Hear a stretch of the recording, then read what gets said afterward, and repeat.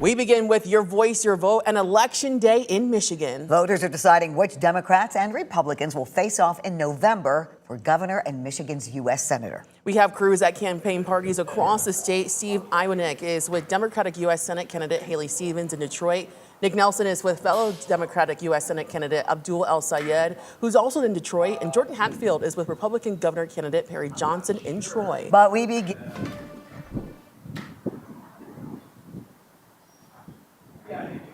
Juliet and Lauren, good evening. We are outside of John James's watch party here in Sterling Heights. This is his district, the 10th, which encompasses parts of Macomb and Oakland counties.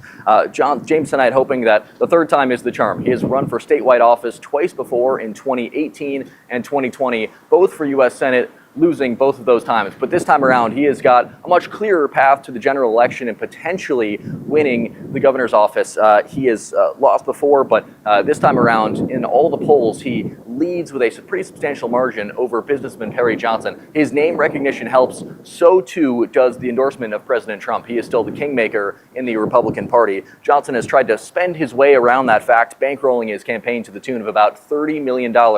But James has led all challengers since this race began. The East Side native has focused on issues of affordability, eliminating the income tax, and cutting what he calls waste in Lansing, touting his experience in Congress as well as in the private sector and working with his family's supply chain company. His campaign logo also referencing his time he spent as a helicopter pilot in the U.S. Army for 8 years. We will be here all night at his watch party. This is at ABC of Southeast Michigan. This is a trade group representing building companies, providing all the latest updates. For now, we're live here in Sterling Heights, outside of the building where John James's watch party will be held. I'm Peter Elliott, 13 on your side.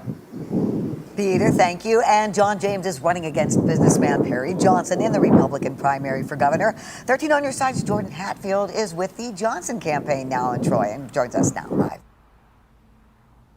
Yes, we actually just spoke to candidate Perry Johnson. He is currently running for the Republican nomination for governor here in the state of Michigan. Johnson, despite going behind John James here in the polls, Johnson's still very confident about his chances, still sees himself as an outsider in politics and believes that's what the voters want in the state of Michigan. He's still feeling very confident on his platform. He wants to perform a mega audit in the state and eliminate the state income tax. Another issue he's hitting hard with voters is the topic of data centers. He is proposing a statewide moratorium on them if he is elected governor. Now, we are not here at his watch party yet. That is opening up at 7 o'clock. We are here in Bloomington Township where we just spoke to him. The polls are still open. Voters are still trickling in here, getting their voices heard as they are casting their votes for the primary election here. We will be at Perry Johnson's watch party coming up here. That's at the San Marino Club in Troy, Michigan. The doors open there at 7 o'clock, and we will be there for everything. Live in Bloomington Township, Jordan Hatfield, 13 on your side. Jordan, thank you. Now to Michigan's U.S. Senate race as Democrats Abdul El-Sayed and Haley Stevens are in a close battle to take on Mike Rogers in November. 13 on your side, Nick Nelson is at the Majestic Theater in Detroit with El-Sayed's campaign. We're expecting a large crowd at the Majestic Theater here in Detroit tonight for Abdul El-Sayed, whose supporters are hoping can clinch the Democratic nomination for this Senate seat that could be crucial for Democrats taking back the Senate. Now, El-Sayed is the former Wayne County Health Director who previously ran for the Democratic nomination for governor in 2018, ultimately losing to Gretchen Whitmer. He's widely seen as the more progressive candidate, backed by the likes of Senator Bernie Sanders and Representative Alexandria Ocasio-Cortez.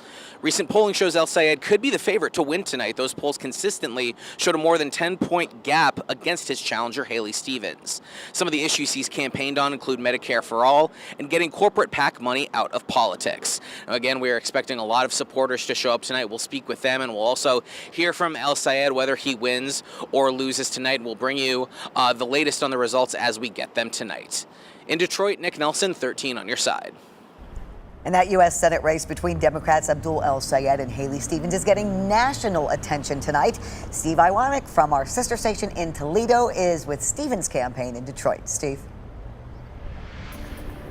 Well, ladies, good evening. I am here at the Stevens camp, and there is a sense of optimism despite a lot of the national polling showing that the Congresswoman is trailing Abdul El-Sayed by, in some polls, more than a double-digit margin. I'm going to reference you the Emerson College poll that happened just a few days ago that shows the big discrepancy in what this race has really been talked about at the national level. For El-Sayed, he is winning the voters that are under the age of 50. He has a more than 40-point percentage lead over Stevens, while for the voters that are 60 and older, Stevens has a 14-point advantage. So you see the big discrepancy there. But despite all of that, the Stevens campaign is holding on to her track record, her near 20-year track record in politics, including her time back in the late 2000s with the Obama administration when she helped really spark the revival of the auto industry back in 2009 following the recession. And she's also leaning into the fact that she has the backing of establishment Democrats like Michigan's Governor Gretchen Whitmer and Senate Minority Leader Chuck Schumer. When it comes to the campaign staff, they're telling me they're watching closely tonight, I should say, a lot of the suburban communities and seeing what kind of primary turnout happens from those areas. They think they can really lean into some of those communities and get the backing they need to potentially pull off what seems to be, in the early stages of this all, a polling upset. But no matter what happens tonight, this campaign has become one of the most closely watched ones across the country because everybody's eyes are focused on whether or not a progressive agenda, a progressive candidate can pull off a big victory in a primary over an establishment candidate and challenge Mike Rogers, the Republican nominee, when it comes to the November general election. We should be hearing from Stevens later this evening whether or not she wins or loses, and we'll bring you that coverage as soon as we can. But for now, here in downtown Detroit, Steve Iwanek, back to you guys. And there's still some time to vote for those who haven't already. 13 on your side political reporter Josh Albertus is here now with tips for last-minute voting and some of what we're hearing from officials throughout the day today, Josh. Yeah, guys, there are still a few hours left to vote until 8 p.m. tonight, so there is still time, and there are some big things you should keep in mind if you haven't voted already. Those eligible can still very much pull it off, as Michigan does offer same-day voter registration on Election Day with proof of residency, and they can then make their way to the polling place as long as they are in line by 8 p.m. They will be allowed to vote. Now, if you do not have a photo ID on them when they go to the polling place, they can sign an affidavit swearing to their identity. For absentee ballots not turned in yet, you can turn that in until 8 p.m. tonight to your local drop box, your local clerk, or except in the city of Detroit at an Election Day polling site. Now, in doing so, you would join over 1.3 million people that the Secretary of State's office said had already voted, and that includes over 1.2 million absentee ballots and 139,000 who voted early in person. Now, state officials have been providing updates throughout the day, including on the presence of federal election monitors. A spokesperson for the Attorney General's office confirmed those teams were on the ground in the cities of Lansing, East Lansing, Detroit, and Hamtramck, and there had been a bit of concern over what they can and cannot do, what the motivation may have been for being in some of those cities. It's something the AG's office addressed in media briefings earlier today, including this one from just a couple hours ago. They have visited various polling places in each city without incident.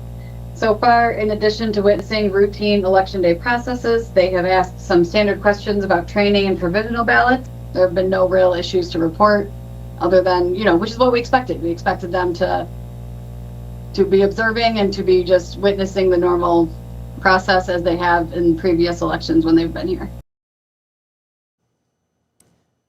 Now stick with us into the night. We'll have live expert analysis, breakdowns of key races, and we'll be diving into results as they come in. You can download our 13 on your side streaming app and watch that extended coverage from 8 to 11 tonight, guys.